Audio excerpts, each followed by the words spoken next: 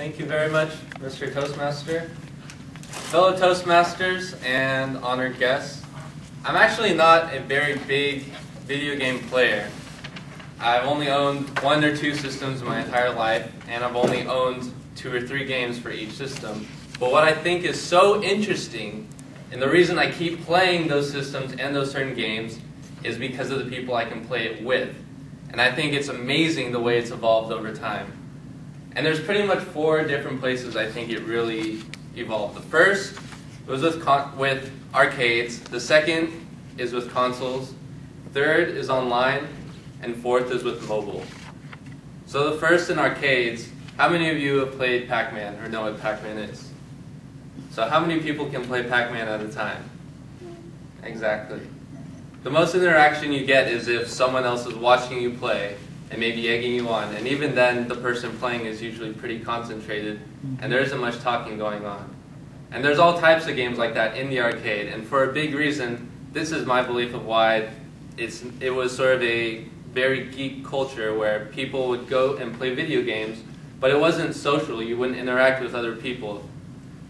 After that came consoles, came Nintendos and Sega Genesis and Ataris, and with those you had 2 controllers. And here you could play with a friend, still a lot of the best games you would only play with one person.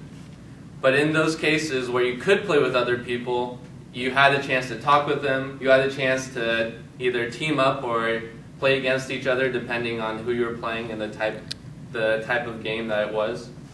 And in that way, it really started to involve other people. Friends could come over to your house to play this game. You wouldn't have to take turns. You could have people come over and all of you could play.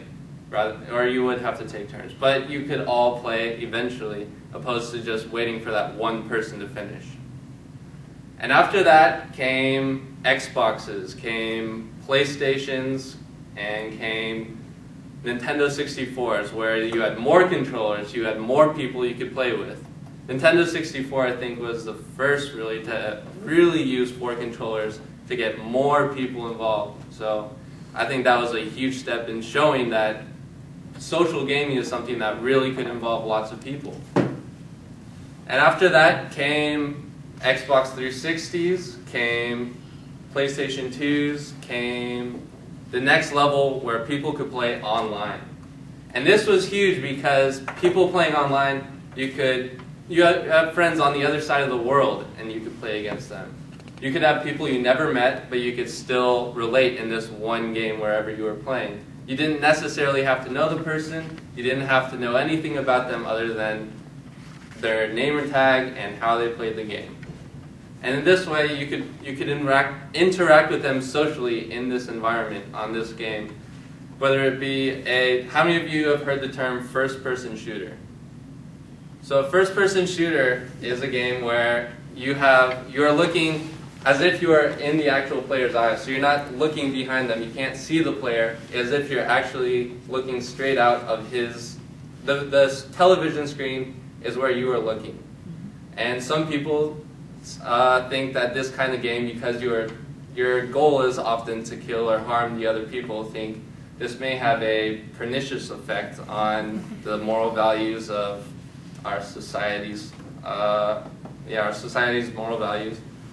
But you can't argue that it involves so many more people, that you can have a group of 16 now. You can have a group of 30 even in some of these games, where you could play. You could make tactics with people, you can play in so many different ways, and this also involved the headset. Where before, the only time you could really talk to people is if they were in the same room with you. And the introduction of the headset, you could begin talking, and you could talk to people either to give them advice, or smack talk if you were beating someone really bad, or do any number of things and speak to them through the game. So after this came mobile gaming, and I think this is one of the bigger steps of how games really, really evolved. And this is because as the games continued, you had more and more people playing, and you could have a soccer game where you were one player and you're playing on an entire team of different members. But in those cases, you didn't necessarily interact with one person. You interacted with all of them. and then you wouldn't really get a sense of who they were and get a sense of how to play with them.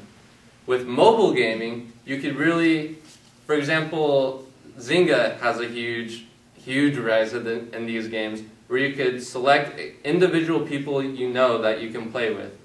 And in those situations, you can play those games with just those people, speak in a very specific manner, and it was something that you could really specify who you enjoyed playing with.